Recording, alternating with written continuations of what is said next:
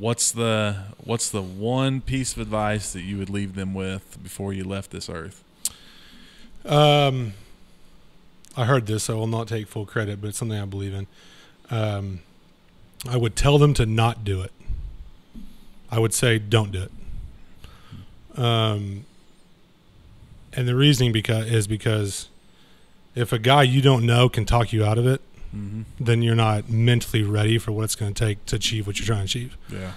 But if you believe in it strongly enough to say, screw you, dude, I don't care, like I'm doing it anyway, you probably got the right mindset to do it. Yeah.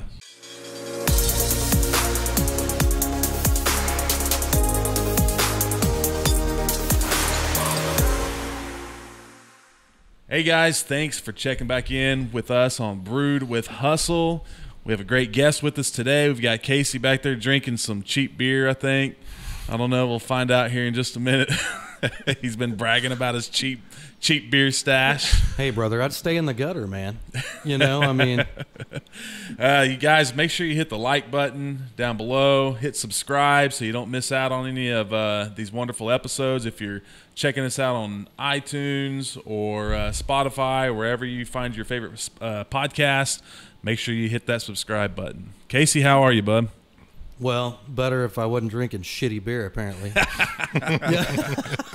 This is becoming sort of like a trend. I keep catching this guy. Hey, there is a store that's walking distance from the studio, and they don't have your beer.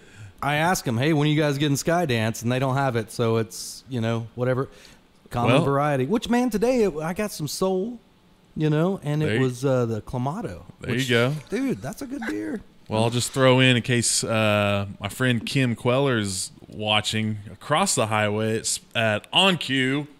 You can find Fancy Dance and Res Dog in the cooler. Hey, I'm trying to get a little exercise, not a lot of exercise. What else you been up to, man? You've been doing some your own podcast, right? Yeah, doing that, and then had a bunch of photography stuff this week. I went and shot some apartment complexes. That was fun. Okay. I love it when you get there and they're like, yeah, this one doesn't have any power. Is that going to be a problem? Yeah, that's going to be a little bit of an issue. Flying any? Yeah, I flew today. This morning. So all right.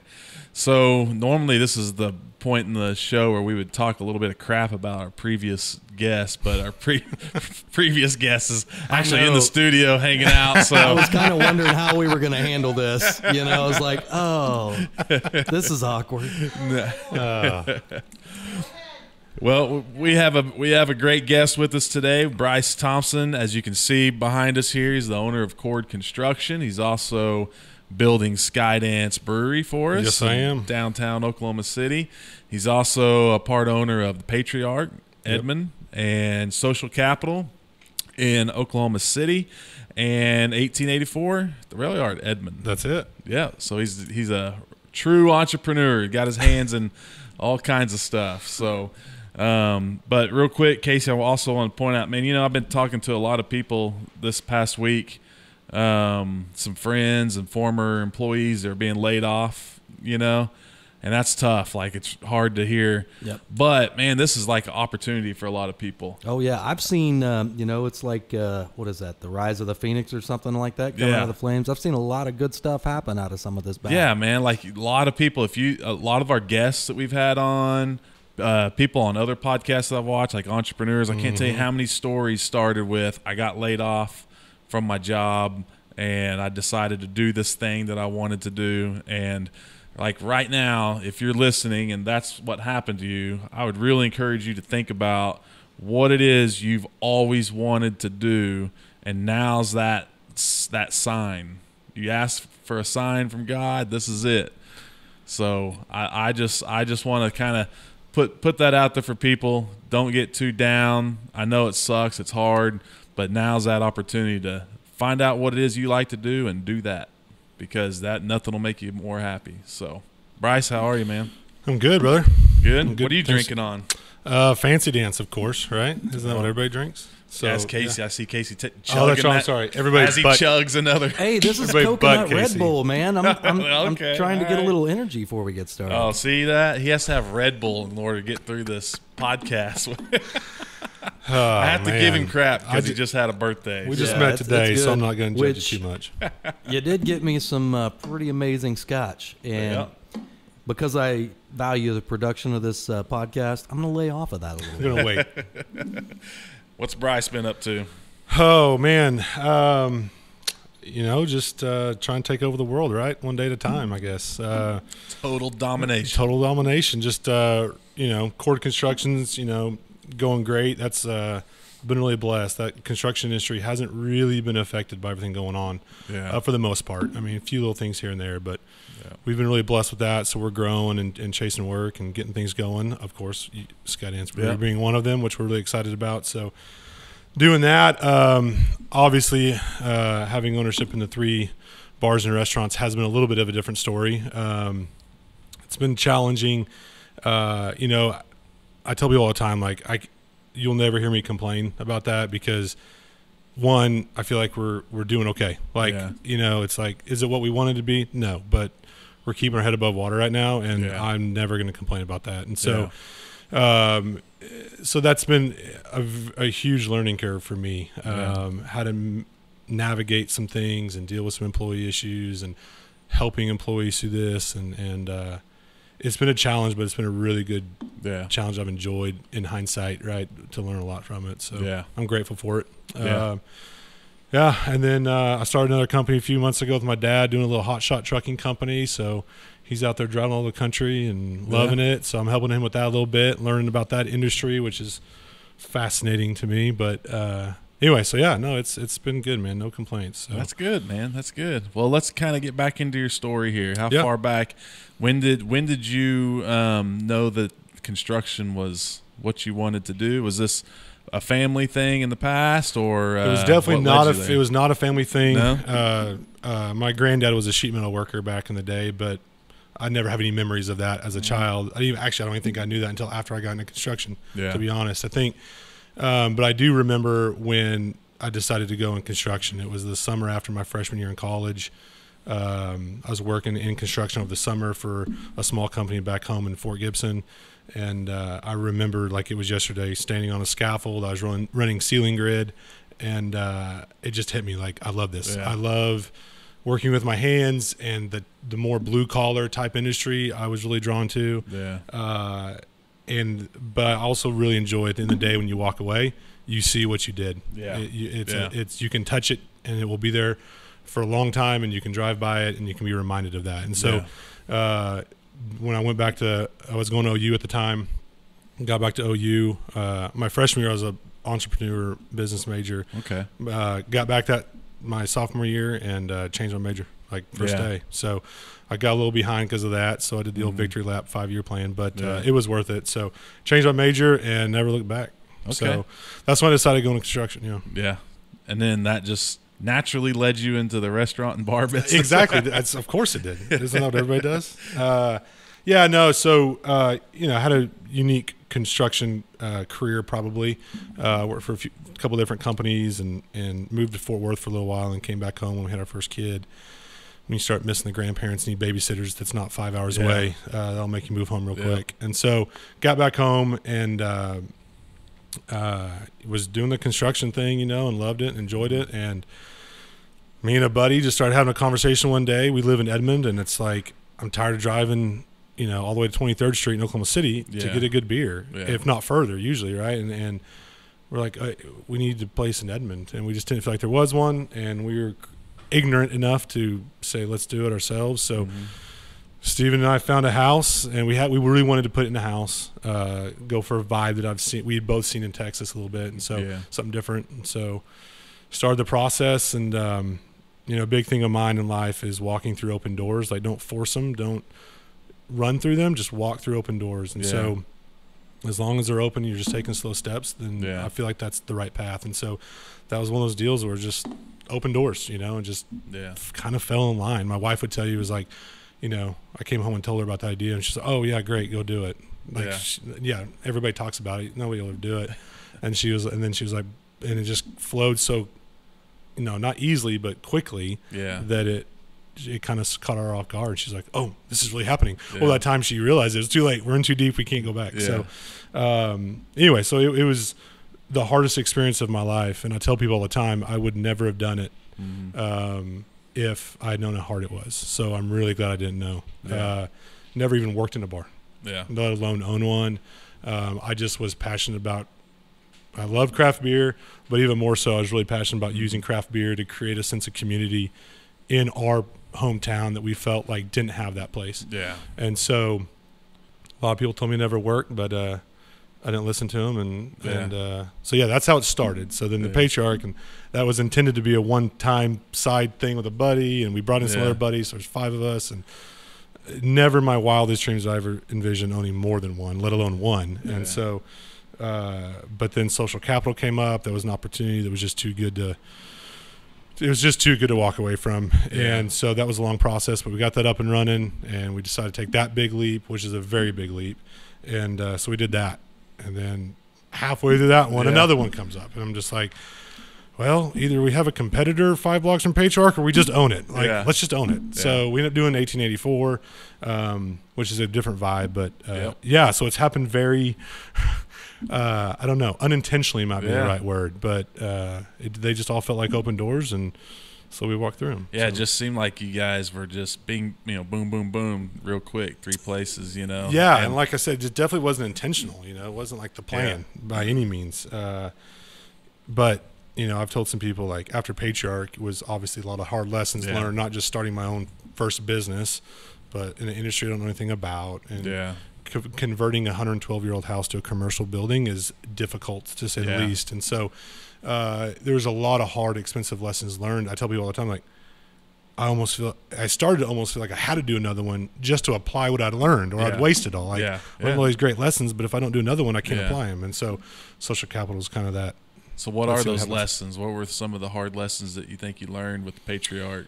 I think now, are these like business specific lessons? Sure, or like just absolutely entrepreneurship? Both. I mean, I think on the business side, it's I didn't even understand how to read a balance sheet before Patriarch, and so I think I just went in and figured it out as we went, and so that in itself leads to some hard lessons because you're a little behind the curve. But I also have learned and believe now that it's the best way to learn because you'll learn really quick, and it teaches you how to like prioritize things a little bit better, in my opinion. So I definitely learned some things on the business side, and just taxes and how to work with things, and financials and raising money and what investors are like. I don't know. So I learned a lot of those with Patriarch, but that's all fine. But man, the things I learned, like, about myself more than anything, is the big stuff, and how to work with a team, and how to follow your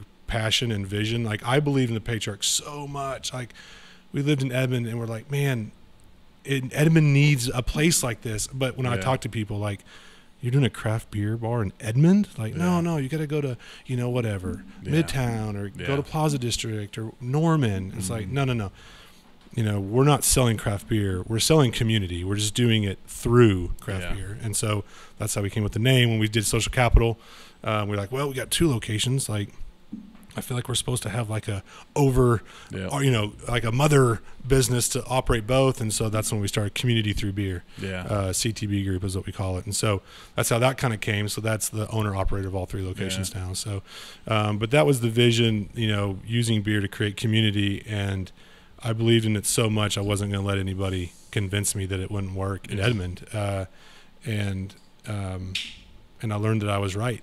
And that's not to be, arrogant or anything like that, but it just taught me, like, if you believe in something strongly enough, and I don't mean just like some random idea, I mean something you really know. I knew Edmond, I knew the beer industry, like, from as a consumer, I knew enough. I was like, I know this will work. Like, and so to follow that and use that as fuel to get you through those hard times, I learned more about myself than anything. So then it gave me the confidence. It was like, well, man, if I can start that business on the side, right now it almost killed me. Like, don't get me wrong.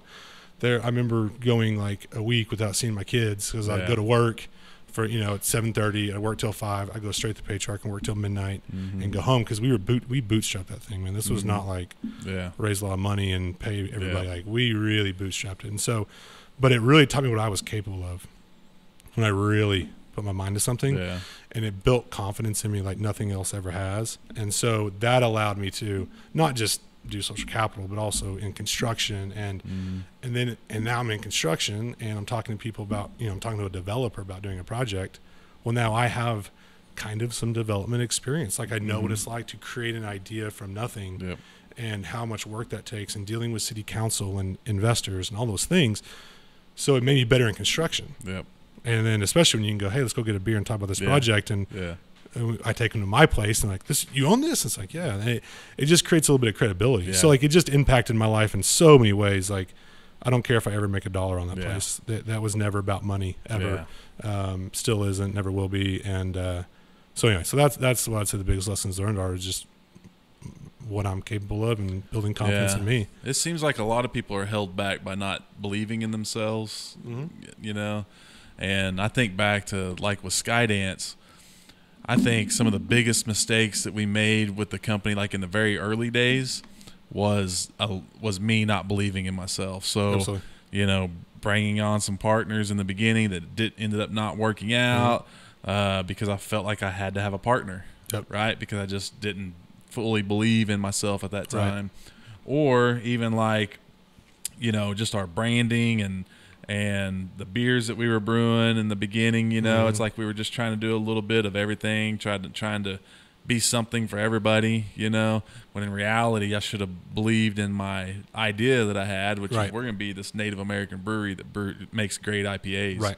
And once we kind of did that, like things have really taken off and changed for us. Absolutely. How do you get past, like, how does somebody that, it seems to me like you kind of, it was like you don't know what you don't know. You were lucky to maybe have like some ignorance, almost like you didn't know what you're really getting into, how crazy this was going to be.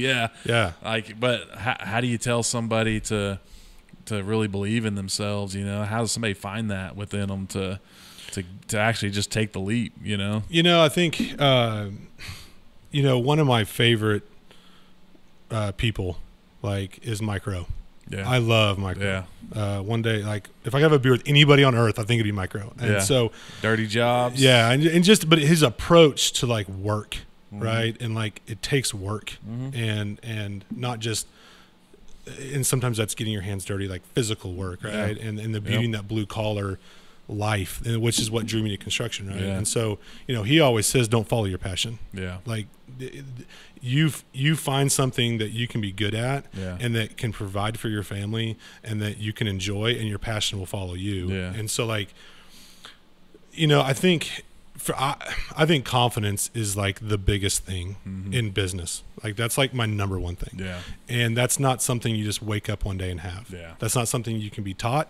That's not something you can read a book about. You can get advice. You can hear the people's stories that might inspire you, but you have to walk through certain things to build confidence in yourself. So like for me, Patriarch was never about money. Ever. Like we went into that deal going, I don't care if I make $1. Like we are trying to do something bigger than ourselves, do something for our community, do something that we believe in, and nobody's going to stop me. And then once we finish it, the confidence comes from that, right? And so for me, or like, if I was to tell somebody, it's like, you just do it. Like quit overthinking it. Like Gary Vee is another big guy of mine. Like I love listening to, and like, he says, you got to fear regret more than failure. And like, I never have, and I've never cared about failing. I've never cared about possessions. Like, and it's actually growing. Like, I find myself like almost wanting to risk more just for like the thrill of like the game. It's weird, right? Like, the game. Like there's that old Al Pacino and Matthew McConaughey movie, whatever it's called, where he talks about like people want to lose. It's the thrill. Like, anyway. All right. So, but I just have never cared about that. So when you go into a deal, my focus isn't on, I gotta make this happen or do this or do that. My focus is on what do I got to do to achieve what I'm trying to do, and let's go do it. And money and experience and confidence and all these things are results. Right, not the goal. Let the results take care of themselves. Focus on the process and go. And so everything I do, I like starting a trucking industry with my dad. Like I don't know anything about trucking. Like, it was crazy. Yeah. Like, but I just started, like, I just had this thing where I was like, man, sounds interesting. Let's learn about this industry. It gives me an excuse to go buy a really cool trailer and a new truck. And we do hot shot. I don't like semi, but like, so we did it. I just did it. I want to learn, you know, I want to learn about things. And then next thing you know, it's like, it's going pretty good. And I'm learning a lot about that industry.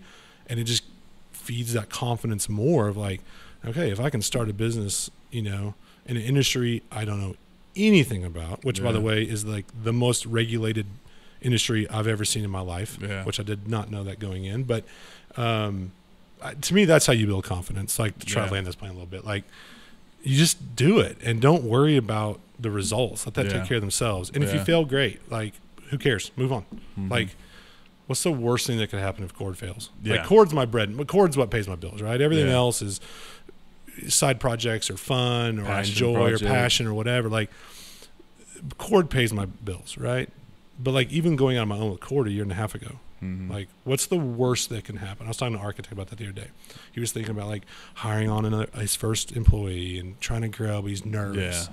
And I'm just like, what's the worst that could happen? And he like laughed. He thought I was joking. I was like, no, seriously. What's the worst that could happen? You sell your house, you have to downgrade your car. Like, who cares? Like, you have to fear regret more than failure. It's weird when we kind of get to this age and we have a family and kids, how that kind of changes. I can't tell you how many times in my 20s, I ran around with Casey in my 20s. I can't tell you how many times I did lose everything, you know. Or it's like, man, this summer was great. I had all kinds of money in my wallet, and then by fall, it's the dollar menu at McDonald's. Oh, yeah. Welcome to the car business, right? Yeah. Well, kids definitely change things. I think for a lot of people, and I get that. I have 3 kids, you know, and paying bills and putting food on the table. I get that. And, you know, like, my job is not to provide a comfortable life for my kids. That's not my job. Like, if I can, great. My job is to teach them how to navigate this life. Especially my 2 sons. Like, teaching them how to be a man one day and what that looks like and how they're going to have to be responsible for a family and have the same stress and, you know, things that I deal with. Like, teaching them that's my job. Right. And so sometimes failure, watching me fail and how I respond could be better than them watching me not do something I've always wanted to do. Right. So it's perspective, you know, and sometimes we lose perspective. So Gary Vee talks a lot about like people that came up through some failures and tough times kind of have this advantage in business. Absolutely. You know, as opposed to somebody that was just raised up with the silver spoon and no difficulties to worry about or whatever, you know. Right. I mean, I think like there's definitely been lots of times that I had a lot of failures that now I look back, I wouldn't trade it because those are the things that probably ensure that Skydance is going to work. Right. You know, because now I learned from them, or like it builds a toughness. You know, it's like, oh man, okay, like we could have a bad month and not sell very much beer. I've been there before. I've already done that before, and I'm still alive. That's right. You know, so and here we are. Yeah. And I had a thing like in my a period in my career where, you know, I was working for their company, and there was just, you know, for probably 5 years before I went on my own, I had a lot of people going, man, when are you going to go out on your own? Like, when are you going to start your own deal? And I never had that big desire. I kind of thought, oh, maybe one day I will. Like, but I was never like, oh, in 2 years, I'm going to go do my own thing. Like, I never thought like that. It never felt right. Like, my dad always taught me, like, with big decisions in life, like, you just wait until you have a piece. Like, you can analyze and create spreadsheets, pros and cons, and that's healthy and that's fine. But at the end of the day, it's all about the peace, right? Like, do you have a peace in your heart that this is the right decision? I just never had that peace. And so I just kind of ignored whatever. Well, kind of right in the middle of that, right when all that was starting to happen, like, there was a stint in my career where, like, I was miserable, like the most miserable I've ever been in my life. Like, not just career-wise, but it was leaking into my family. Like, Kristen, my wife, I had to bring it home, and I try not to, but it's just like, work is a big part of our lives. Not that it's like you know, there's things more important for sure, but we spend a lot of time doing it. It's hard not navigate some of that when you're just genuinely miserable. And so, but even then I wasn't like, all right, I'm gonna go do my own thing. Well, fast forward a little bit, it's like through some things that happened, I just one day woke up, I was like, I'm ready. Like it's just like overnight. Like, all right, I'm gonna go do my own thing. Like I feel ready. Well, in hindsight, that time that I was miserable, I was learning the last little piece of the construction business that I hadn't experienced before. I had lots of other experiences and I learned a lot of other things. In hindsight, I see it clearly. Like the one last, that piece I couldn't have, that comfort that I just couldn't get, I was learning that in that time. And then once I learned it and felt very comfortable with it, it was just like, boom, all right, I'm ready. In the time, I didn't see that, right? Yeah. But in hindsight, it's like clear as day. Yeah. And that piece that I now have brought into how I started Cord is genuinely a reason why I feel like we are growing like we are only less than a year and a half in, is because that was that piece I was missing and I didn't even know it, right? Yeah. So you just got to go through the experience and you won't even understand what you're learning, when you're doing it. I got a very inexperienced guy that we brought on board. Like he never knows it, never done construction, doesn't know anything about it. Yeah. But he had the two things I care about, attitude and aptitude. Like I'll teach you the rest, And I told him, I said, you just give me a year. Like, just do whatever we tell you to do. Just you'll be pushing a broom one day. You're going to be running errands one day. You're going to be whatever. I don't even know what you're going to do. You're just going to fill in holes for everybody. I said, but if you trust me, I promise you, like in 5 years, you can make a career out of this. Yeah. And you're going to look back in your first year and you will be learning things that you didn't even realize you were learning your first year. So that's how I explained. I said, just trust me. He's like, all right, I'm in. Yeah. And he's doing it, and I love it. So, yeah. It's good to see that, too, from people, like that joy you get from, somebody in your team, like really learning about who they are and developing and that kind of stuff. It's my absolute favorite part of being a business owner. Yeah. All right, so COVID. What's that? I hadn't heard about it. Yeah. What is it about the construction business that's made it to where it's been able to stand up to this? Because I would think that like people would be afraid to build stuff right now, afraid to expand. For sure. I mean, okay, so like within construction, there's obviously different demographics, like industries within that construction. And so, medical or industrial or multifamily or commercial or residential or whatever. And so once you start a project, like you got to go. Like very rarely does an owner like stop a project midway because you got to finish. And so when COVID hits, all the projects that are going got to finish, right? Yeah. Whether even if it's a bad deal now, like it's even worse if you don't finish. That's and so Skydance. Right, there you go. Same thing. Yeah. And so you got to go. And so the projects that we had going keep going. Yeah. So it's like, okay, COVID hits. Well, that doesn't really affect us day one. Now, where it does affect is that it does now. Banks tighten up, developers tighten up because they need to see what's going to actually happen. So we did have two projects that like we were teed up, ready to run. That time out, pause. Yeah. And so we did. So in that way, we were impacted. But at the same time, right when that happened, it was like 3 more walk in the door. And so we have not been impacted. I'm sure there have been construction companies that have, obviously, but. I think, not that I'm an expert by any means, but I do feel like across the board, most people would tell you they haven't been impacted to a degree where it's like a problem. Yeah. Maybe they don't do quite as much revenue this year as they hope, but they're not going to lose money. That's my perspective. There might be some guys in other industries that go a completely different story, but for us in Oklahoma City, that's where we're at. So it's been good. How have you dealt with COVID as a restaurateur? Now that's a whole nother story. Yeah. And so, I've been very blessed because it's not what puts food on my table. Yeah. So if those businesses don't make any money for the next 10 years, I'm fine. Yeah. And there's some pros and cons to that, but one of the pros is that it allows us to run our businesses a little differently. Yeah.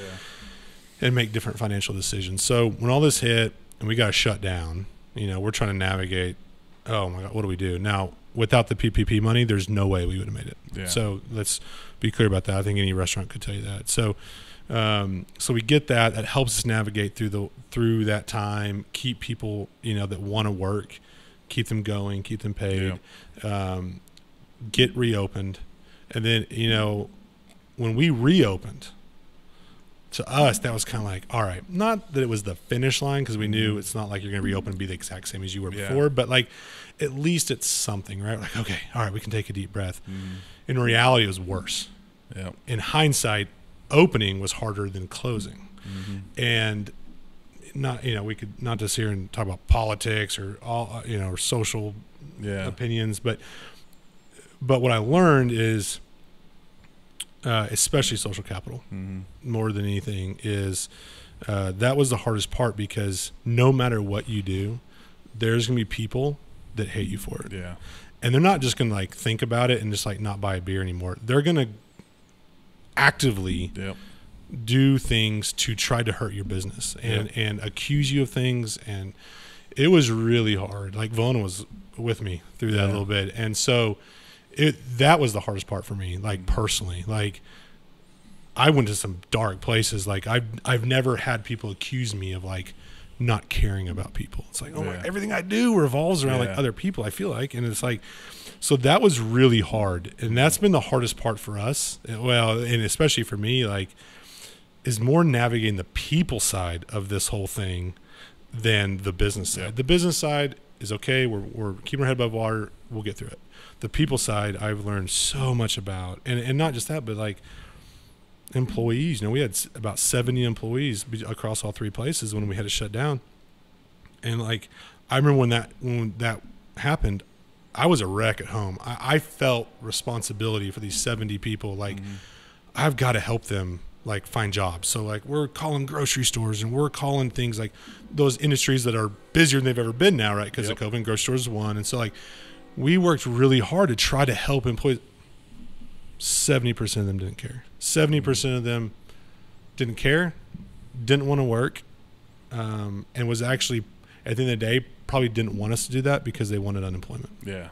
And we're not going to go down that road. Well, that's a whole nother conversation. But like, but for me, that was hard too.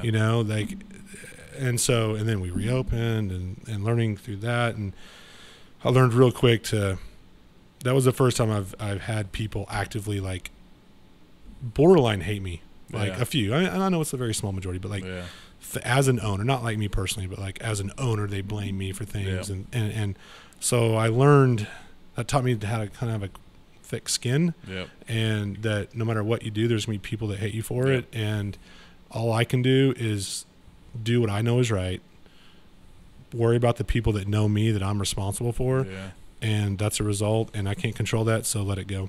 And so it took me a few days to get there, if I'm being honest, but again, in hindsight, I am grateful for it. I learned some things. Definitely like just unprecedented times. Absolutely. And I've seen so many issues with business owners, whether it's restaurants, bars, and these same type of things that you're talking about happen. And I think what a lot of people don't understand is there's no right answer to some of this stuff. No. There's some of these issues where there's just not a right answer. And like you said, no matter what you do, you're going to make people unhappy. I can see how, like, again, we don't want to get too political, but the PPP thing was not really designed that it had to be done real quick. And it ended up not really being the best thing for the restaurant business as far as navigating some of the loopholes and all the things, and the timing of it was an issue. Like you had to spend a certain amount of time, and that was a challenge for us. And then they changed that, and they extended that, which was fine. But by the time they extended it, we'd already worked so hard to spend it, trying to get people hours. So we were like coming up with things for them to do just so they could have a paycheck. And in hindsight, it's like, oh man, we could have used that more strategically to benefit people better. But at the same time, like, man, pulling off what the federal government did to disperse that much money that quickly was like, I've heard, again, there's a lot of people that tell you other versions, and they had different experiences, but my personal experience with it was unbelievably easy and unbelievably quick to apply, get it, and spend it the right way. Yeah. And so we were very grateful for that. Yeah. So it's hard for me to complain about it, but yes, globally, there was definitely some issues. There's no playbook for a pandemic. Right. No, exactly. Yeah. We had a deal the other day at Patriarch. It was like we were accused, some like anti-mask group met at Patriarch and had a beer in the backyard with not masks on. They're outdoors. They don't have a mask. Then somebody accuses Patriarch from having an event for anti-mask people, and now we're it's just like, oh my gosh, like, no, they were just customers. Like, I can't control who comes in. Like, it's just things like that, learning how to navigate that and not take people's opinions too seriously, do the right thing, keep your head, keep moving forward. The problem with the pandemic is you have people at home with more time. And so in the past they had just a couple of hours in the evening to get online and type whatever they want behind that keyboard that protects them, and now they've got all day to do it. So it's keyboard warriors emerged doing this. And I've never experienced that. Like, you don't experience that in the construction industry. That was interesting. Yeah. So moving forward with as far as the restaurant, the bar stuff, I mean, how long can these restaurants, not specifically yours, but I mean, how long? I'm trying to think of like what's going to happen over these next few months, because I know people's PPP money's has run out, right? And it's like, I mean, until there's a vaccine and people are ready to go out, I mean, it's impossible to make it as a restaurant at 50% capacity, right? So as some of these lessons that you've learned, what lessons have you learned that's going to pull you guys through to until the end of this? Well, honestly, what's pulling us through was not intentional or like something we did deliberately. Yeah. It was just outdoor seating. Yeah. Because that's a big advantage. You have it all three of them. Absolutely. All three of our locations, the majority of our occupancy is outdoors. Yeah. And so, especially at Patriarch and Social Capital, you can go there, order a beer, drink it, tab out, and leave, and never step foot indoors. Yeah. And so the people that are on that fence, well, if you're on the fence, you're going to go somewhere outdoors. Yeah. And so, we've been lucky in that one. Like, that was, we're not some geniuses that obviously planned for this. So it's like, that's just something we looked into. So we've been able to keep our head above water because of that. Yeah. And so, but speaking more globally, right, is, to me, it's being creative, right? That's kind of the new, I've seen a lot of people in this industry talking about that, right, is you got to get creative. You got to think outside the box. The way, whether it's how you do an event or how you team up with somebody, or, like, huge shout out to Tower Theater, doing the most creative thing I've seen of any local business, doing these like live concerts online. Yeah. And they're doing it at Social Capital and Patriarch, and so we kind of teamed up with them. And they get a sponsor, and somebody comes and plays, and then people can watch these concerts online, listen to some good music, and they get to make just a little bit of money, just something. Yeah. It's better than nothing, right? Yeah. And so, like, super creative. I've never heard of that before. And so it's like things like that, thinking outside the box to do whatever you can, not to make a bunch of money, just to pay your bills. Yeah. Like, the people that do that are the ones that survive. The ones that are stuck in the mud, or, this is what I believe and this is what I'm going to do. Like, if you don't adapt, you die, right? Yeah. So just about adapting. Yeah. So long term with the construction company, I mean, do you feel like there's going to be a lag from, like, you had all the businesses that they'd already started, they've got to finish, right? But then once those are finished, were there a lot of people who are starting something up in the middle of the pandemic? Is there going to be a lag, you expect, in construction after the I think it'll hit eventually. That kind of delayed will hit eventually, if we're not already probably in the front end of that a little bit.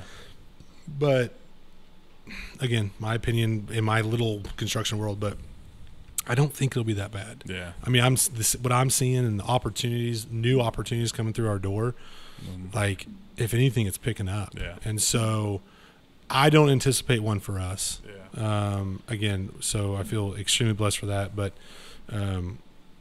construction industry wide, yes, I think there will be a lag for sure. Probably starting about now, and it'll probably go through, well, depending on a lot of things, but probably through first quarter next year, if I was to guess. So I've learned a lot about myself during the pandemic, as far as just like things that I didn't need, right? Right. Simplified Absolutely. life a little bit. What are some of the lessons you've learned about yourself? Has positivity been tough to come to stay positive? No, if I'm being honest, I think, again, that kind of goes back to what we were talking about earlier, which is I'm not result driven. I am process driven. Let the results take care of themselves. I can't control results, but I can control my process. Yeah. And so, and I just don't fear losing everything or whatever that people think. I don't ever think like that. I don't know. I don't know if it's my personality or ignorance or stupidity. I don't know, but I don't think like that. So I'm naturally an optimistic person. My wife and friends since high school have always told me, you should be the White House press secretary. You'd be the best one ever. And so I don't know. I think it's probably, for me personally, it's just a little more natural to be like that, I think. But I just think it's about priorities, right? Like there's I have 4 people in my life that could really cause me to, be stressed or not lose my positive. And that's my wife and 3 kids. Yeah. Like outside of that, I mean, there's rings, we have all our circles and I'm not, but man, outside of that, like, I don't know, man, I got a roof over my head and awesome family. My kids are healthy and you see your I got opportunities, man. Like, what can I complain about? Do you foresee your kids following your footsteps as far as being entrepreneurs? They all have I don't know. Maybe, I mean, was that part of the plan with like core construction to have something that maybe, stays in the family if my oldest Graham or youngest Brooks or my daughter's name is Bryce too. So, or if Bryce wants to, like, I mean, that's more than, I'd love it. That'd be awesome. But for me, no, I wouldn't say it's like a goal of mine. I think it's more of just, hey, here's an opportunity if you guys want it, genuinely want it, not because like you feel like you have to, but if you want it, hey, it's here. But more importantly, I'd much rather teach them like mindset and approach to business, whether they own a business or, have a career in something else or whatever it is, like I'm one of those guys. So again, right, kind of going back to Micro, right? He has a foundation, the Micro Foundation, and scholarships for like blue collar type product, and getting rid of the stigma of going to college and all this stuff. Like, college is great, don't get me wrong, but like, I don't care if my kids go to college. Like, if they want to and they need to for a career that they're passionate about, for sure, let's make it happen. Or if you want to go do another career at high school, all right, let's go do that. Like, I don't know. I just it's something it's interesting when you hear somebody say, I'm the first person in my family to graduate from college. It's like you can sense that we've been brought up to think you have to go to college. If you want to be successful, you have to go to college. And it's like just engraved in people. And then when they get to college and they realize it's not for them, now they feel like a failure. Right. And that's like the end for them. Like a lot of the big construction companies will not hire you. Will not hire you for certain positions unless you have a college degree. Yeah. Like, I don't care. Right. Going back, right. Attitude and aptitude. Like, I'll teach you the rest. Yeah. You know what I mean? I graduated with a construction degree at OU. I didn't learn anything. Yeah. I didn't learn anything about construction in college. Like, probably I learned working. Like, I worked a lot in college. I scheduled my classes on Tuesdays and Thursdays, and I worked Monday, Wednesday, Friday. And I tried to work for different companies and do different jobs so I could see how different companies operated. That's where I learned everything, right? Like, it wasn't sitting in a classroom. Now, again, that's just construction. Like, obviously, there's industries and careers you need to go to college. Like, you have to. But like, I don't want a college dropout operating on my. Exactly right. I'm not trying to sound like anti-college by any means. It's just anti-stigma. You have to go to college to be quote unquote successful or whatever. Like, that's dumb. I'm almost anti-college. I'm education and college are two different things to me. Yeah, that's right. I'm anti like the system, the college system. I mean, I know people who will come into the brewery and they're doctors. Yeah. And you would think just by listening to them talk or the car they're driving or whatever that they're flipping burgers at McDonald's. They're broke. And I mean, how much it costs to go to college to go to school to be a doctor, right? And they're working all these hours just to pay off school, Right. You know, Well, I mean, just the system's kind of broke there. There has to be some. You know, and if that's something you love and you're passionate about and you can't envision doing anything else, more power to you. But if you're doing it because if it's your dad purpose. did it or whatever, and you feel like you need to, your family expects you to, or whatever, like, that's, I don't know. I don't understand that. Yeah. So what's the future hold for Cord? How big is Cord going to be? Is this like... I don't know. We'll see what happens. I mean, I've got some goals, and that we want to achieve. I'm really big on strategic planning. I kind of learned that early in my career, like the importance of that. How few companies, not just construction, like any industry, right? Like how few companies actually stop, like get out of the trenches and think big picture. And I don't mean like, over a beer with your, I mean, I'm talking about like lock yourself in a room for 10 hours with your company, turn your phones off, and like all we're talking about is big picture stuff, setting plans, plan in place, deadlines, who's doing what, and let's go achieve it. And, it's hard to do that because when you're in the trenches, like you don't see, we were kind of talking about earlier, like marketing, like that's hard to like prioritize because it's like, I don't make money on that tomorrow. Like I got to do this and this, but long term, you got to do it. Right. And so, like we just did our second annual. Well, it's like, so I started Cord last April. I had our first strategic planning in May, and there was me and two people, Catherine and Randy, right? Like, who've been with me since day one. That's part of Cord, right? A cord of 3 strands is not easily broken, and they were my other 2 strands. And so like in May, we locked ourselves in a room all day, and we set goals and prioritize and 5-year goals, and not just hopes, like here's how we're going to get there, and here's what's going to cost, and all these things. And then we just did our I guess second annual, I guess now, but like 2 weeks ago. And I pull the goals out, right? It's like, all right, where are we at? How are we tracking? We're behind here, we're ahead here. What are we going to do the next year to get where we want to go? Yeah. And so I mean, our goal is $50 million in 5 years. So that's our goal in total revenue, and we will get there. We'll get there. Like, it's not an option to not get there. That's how I view it. And so, but that's a big one. But revenue's easy, right? Yeah. And talking about, there's so much money we're gonna make on that revenue. That's easy. Yeah. But like for me, like when I think about 50 million, in my mind, I already know it's going to take 36 employees. Yeah. So I'm gonna have 36 people working at Cord that I feel responsible for, that I can have an impact in their lives, that Cord can provide an opportunity for them to grow, make more money, grow professionally. Like I tell my guys all the time, like nothing would make me happier than in 5 years you come tell me you're starting your own company. Yeah. Like, would that suck? Yes. Like especially like I would hate to lose guys that like I really depend on and would affect Cord. Like Cord would lose from that. Like it would set me back. I have to go find somebody else. I have to go do whatever. But the idea of like being a part of someone's path to grow and put them in a position to do what's best for them and their family. Yeah. Oh, like I love that. Yeah. Right. And so I think way more about the 36 people within 5 years doing the 50 million and what that can result in, and how many families and kids and wives and husbands that can impact. And so that's my number, honestly, more than the revenue. On the restaurant side, are you even able to think about that right now? Like, that's been one of the hardest things for me to adjust to. Honestly, when I remember when Patriarch, when we were doing construction, and we were working towards it, like, man, I was so excited. I was like, oh my gosh, man, I'm going to have these people and we can like pour in their lives. I'm going to get to know them and I'll bartend with them once a week, and all that. I've never bartended at Patriarch once. Like, and I know a lot of people, right? Especially the ones that's been with us for a long time. But like, I hate saying that there are people that work at Social Capital and I don't know their name. Yeah. Like it bothers me. I hate it.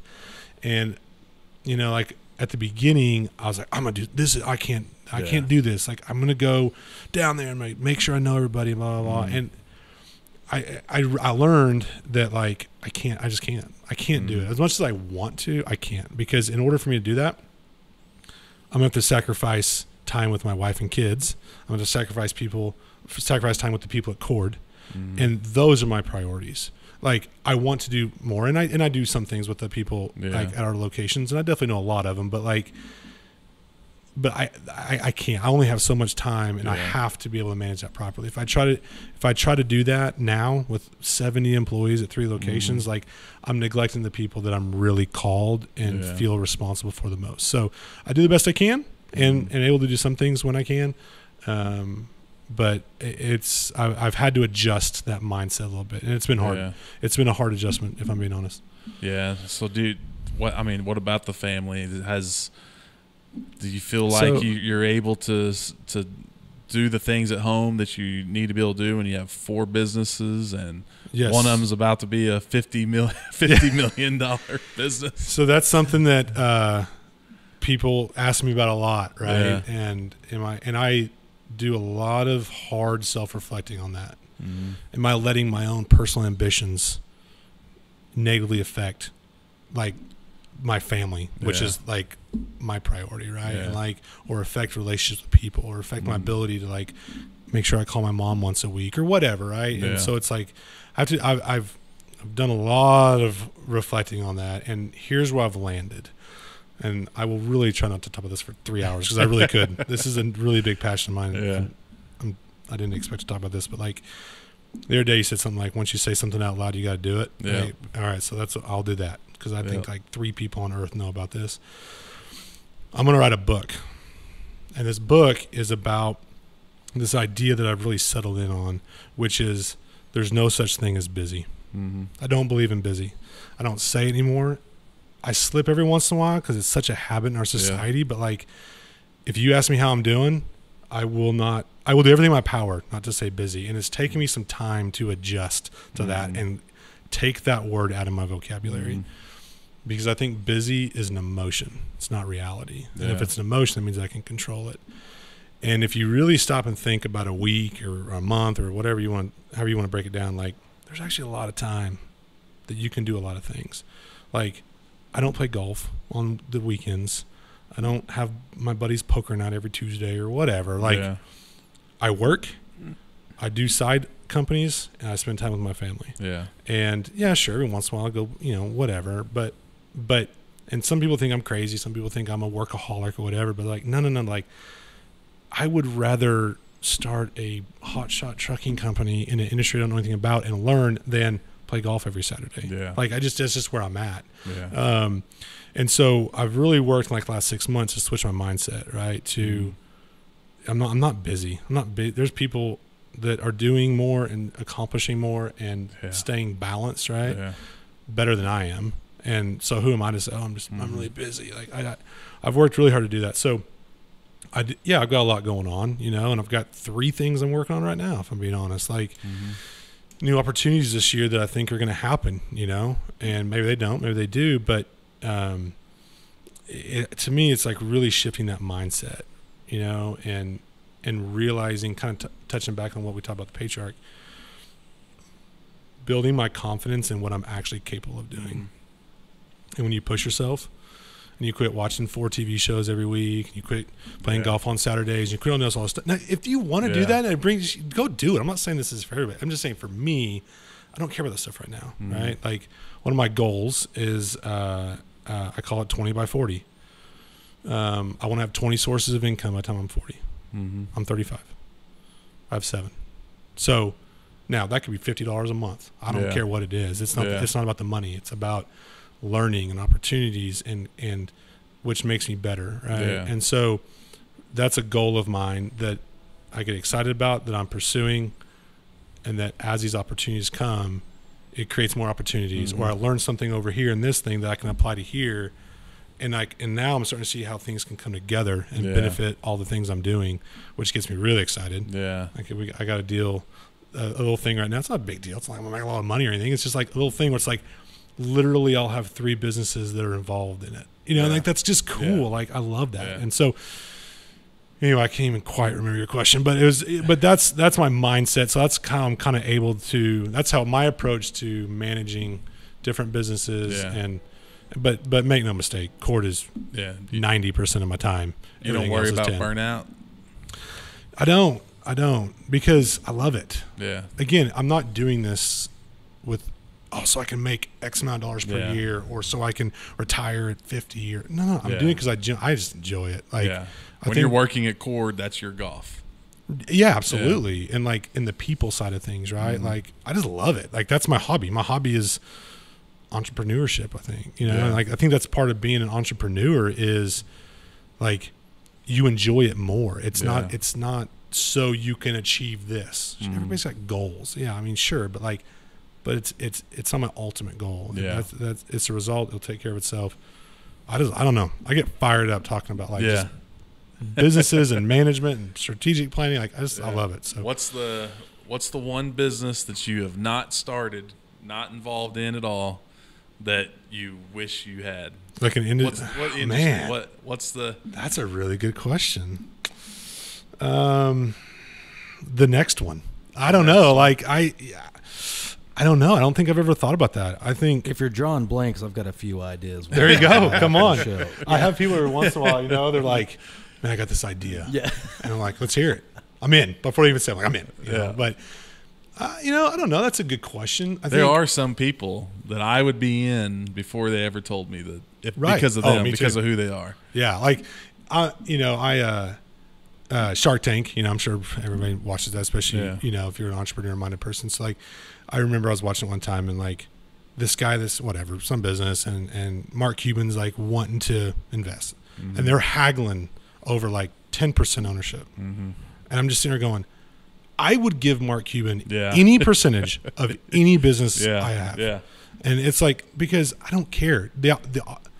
Oh man, like what I could learn, you know, just being around somebody like that and that experience and resources and like what I could learn and how I could take that and apply it to something else. Like, yeah, sure, man. Whatever it takes to build a relationship with somebody like that, I'm in, right? It's like, I don't even care. I'll give you whatever you need. Like, So anyway, it's kind of along the same lines. So. Okay. One last question. Okay. I ask everybody this question every time, and I'm really looking forward to this answer right here, just because of our past conversation. I'll try not to disappoint. So it's your last day on Earth, and somebody has come to you. They want some advice on how they can become an entrepreneur who is going to have 20 businesses by the time they're 40. There you go. Right. And you know, have the same work ethic and not get burnt out. Right. What's the one piece of advice that you would leave them with before you left this earth? I heard this. I will not take full credit, but it's something I believe in. I would tell them to not do it. I would say, don't do it. And the reasoning is because if a guy you don't know can talk you out of it, then you're not mentally ready for what it's going to take to achieve what you're trying to achieve. Yeah. But if you believe in it strongly enough to say, screw you, dude, I don't care, like I'm doing it anyway, you probably got the right mindset to do it. Yeah. And so there's lots of good advice.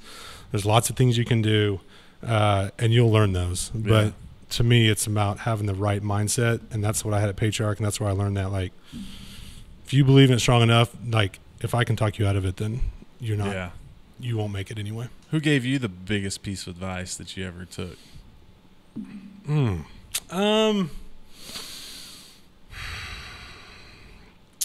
That's a really good question. Golly, there's like a lot. I would go with my dad, like I mentioned earlier. Like, you don't make big decisions unless you have a peace. Yeah. You know, and the kind of walking through open doors analogy kind of stems from that, right? Like, don't force something, right? Like, sometimes we can get obsessed with this idea or just completely convinced it's going to kill it, and you force it.